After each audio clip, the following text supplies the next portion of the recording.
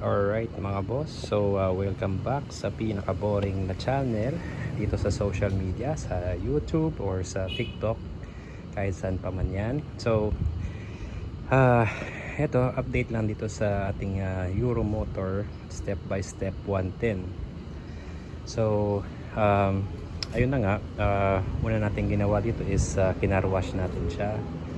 Tapos, nilinis yung mga kailangan linisin ng mga parts dito, and then so far wala naman kasi talagang mga major na gagawin dito, pero yung una nating ginawa is nilinis itong preno niya sa harap. So tinanggal yung brake shoe, ganyan, and then nilinis siya. Ganun din sa dito sa likod. So tinanggal yung brake shoe dito, and then nilinis din, and then make sure lang na nakahigpit na lahat ng mga tornilyo dito, ganyan. And then ano pa, actually wala naman talaga na masyado. So ito, yan, nilagyan lang ng side mirrors, and then in-installan ng battery, brand new na battery dito kasi yung lalagyan ng battery niya. So ang battery size nito is 5L.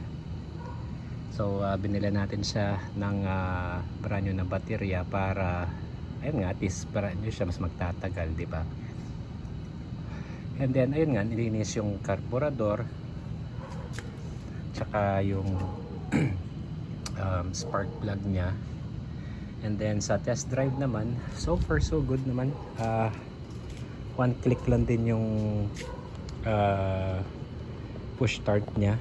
So actually wala kasi sa akin yung susi, pero nung tinry ko siya, one click lang naman yung sa push button niya. At the same time dito sa kickstart niya, one click lang din, or at least dalawa, ganyan.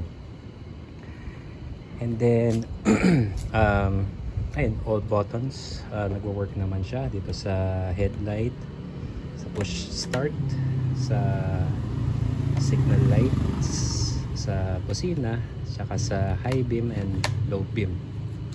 And then lahat ng ilaw niya umaandar, pati itong speedometer niya, pati yung sa lahat naman yan umaandar siya. So nakaswerte tayo dito sa unit na to dahil wala siyang masyadong gawain talaga. So ayan, block na din natin, and then winax itong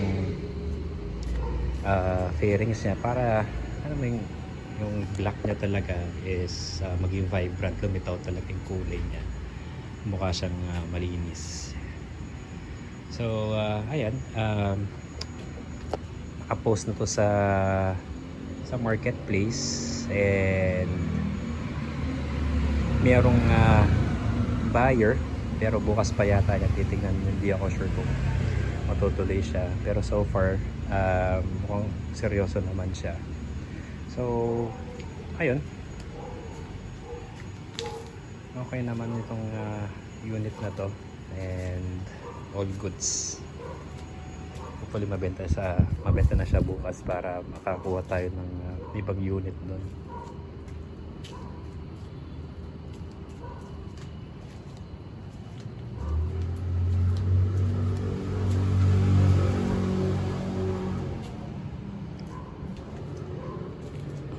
Kung may unit kayong ganito, boss, pwede kayong mag-comment sa baba kung anong experience nyo. Let's say especially doon sa gas consumption niya, ganyan, tsaka sa handling, kung sa experience niya is okay siya. Kasi sa akin so far, nung pag tinetest drive ko siya, okay naman yung handling niya, and gas consumption okay naman din siya sa akin.